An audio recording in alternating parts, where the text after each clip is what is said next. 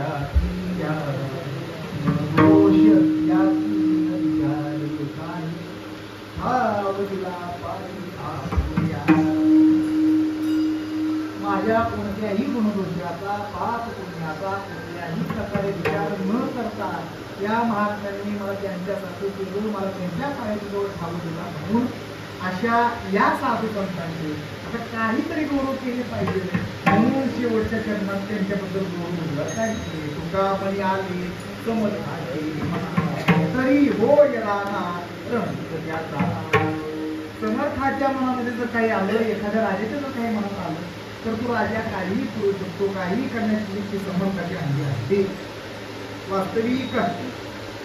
समर्थ जर म्हणायचं झालं तर समर्थ कोणाला म्हणावं ज्याच्याकडे सर्वसत्ता आहे ज्याच्याकडं कुठली तरी गोष्टीचे सार्वभौमत्व आहे त्याला समर्थ म्हणतो हे झालं प्राकृतिक दृष्टी पण परमार्थिक दृष्टीने विचार करायचा झाला तर समर्थ कुणाला म्हणावं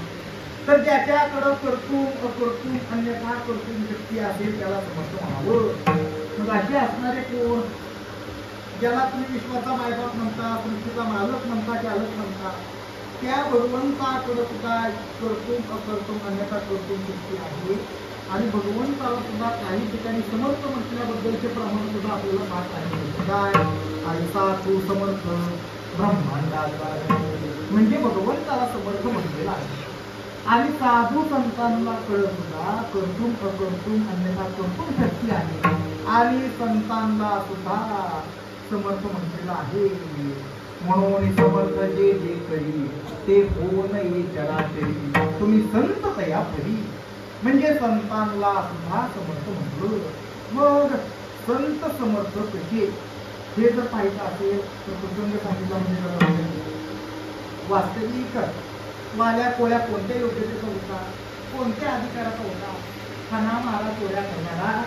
पण नारदांसारख्या समर्थाच्या मनामध्ये आल्यानंतर हा नारदांनी काय केलंय नारदांनी विचार केलाय का की याच्या हातून किती अपराध झालेले आहेत वाल्या कोळ्यानं किती पाप केलं जग सांगतो काय रांजण बसलो असं म्हणतो मग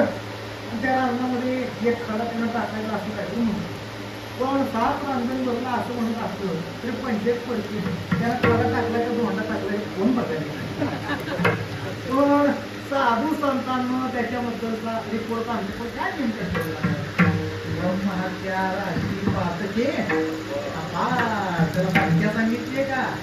अपार शब्द या ठिकाणी येतोय म्हणजे ज्याचा पार लागत नाही त्याला अपार म्हणतात जी संख्या सांगता येत नाही त्याला असंख्य म्हणतात जिथं गणित होऊ शकत नाही त्याला अगणित म्हणतात प्रस्तुत शब्द या ठिकाणचा काय ब्रह्महत्या राशी पातक्या असला जरी असला मनाला आलं नारदांसारख्या समर्थाच्या मनामध्ये आल्यानंतर नारदांनी काय केलं शहाणा केला निर्वाण केला पाप केलं त्याचं घालून टाकलं शहाणा केला तर किती शहाणा केला त्याचं माप सांगायचं झालं तर कसं सांगणार थोडी याची कीर्ती वाढवली बरोबर ना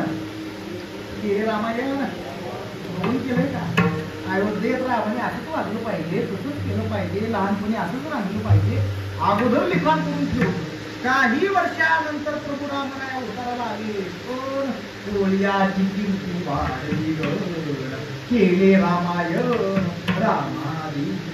नारदासारख्या समर्थानं कृपा केल्यानंतर वाल्या कोळ्याचा वाल्मी खाल्या अधिकारापर्यंत जाऊन पोहोचला की भगवंताला सुद्धा त्याच्या लेखणीचे बारीक हिंस सुद्धा कसा आलं प्रसंग सर्वांना माहीत असेल राम रावणी युद्ध लक्ष्मणाच्या हातून इंद्रजित वध झाला तेव्हा इंद्रजिताची पत्नी